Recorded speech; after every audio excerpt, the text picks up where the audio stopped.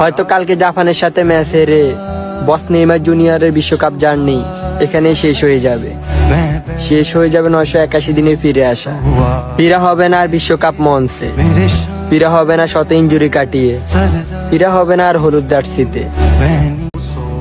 হয়তো কালকে জাপানের সাথে ম্যাচ হেরে বস নেইমার জুনিয়রের বিশ্বকাপ জার্নি এখানেই শেষ হয়ে যাবে। শেষ হয়ে যাবে 981 দিনের ফিরে আসা।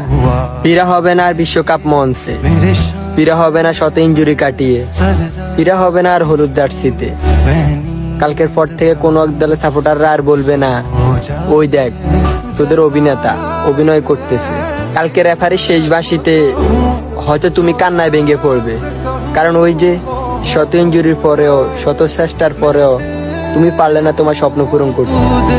তোমার বিশ্বকাপ লাগবে না বস, কারণ আমাদের কাছে তুমি নিজে একটা বিশ্বকাপ।